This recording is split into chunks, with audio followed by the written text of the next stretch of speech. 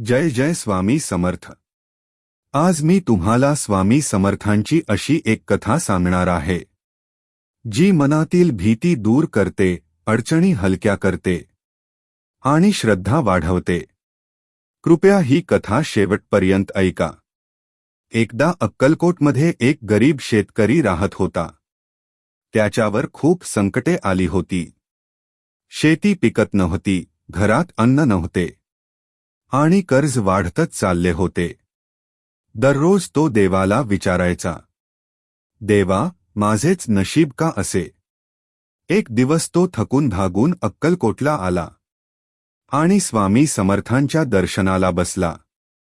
डोळ्यात पाणी, मनात वेदना, पण ओठांवर एकच वाक्य, स्वामी समर्थ, मला मार्ग दाखवा।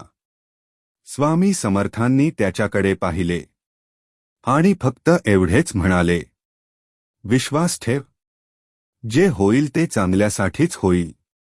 त्या शेतकऱ्याला राग आला। तो मनात म्हणाला, मी इतका त्रासात आहे आणि हे एवढंच सांगतात। पण तरीही त्याने काही बोलले नाही। शांतपणे निघून गेला। दुसऱ्या दिवशी अचानक पावसाने जोरदार हजेरी लावली।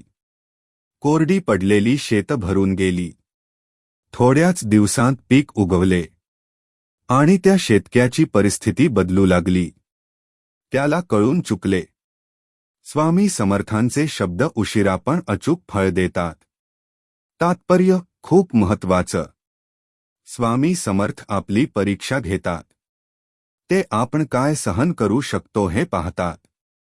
आज तुमच्या आयुष्यात पैसा अडला असेल, आजार वाढला असेल, घरात तणाव असेल, तर घाबरू नका।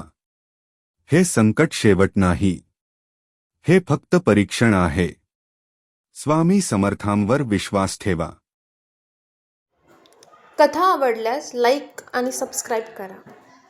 श्री स्वामी समर्थ।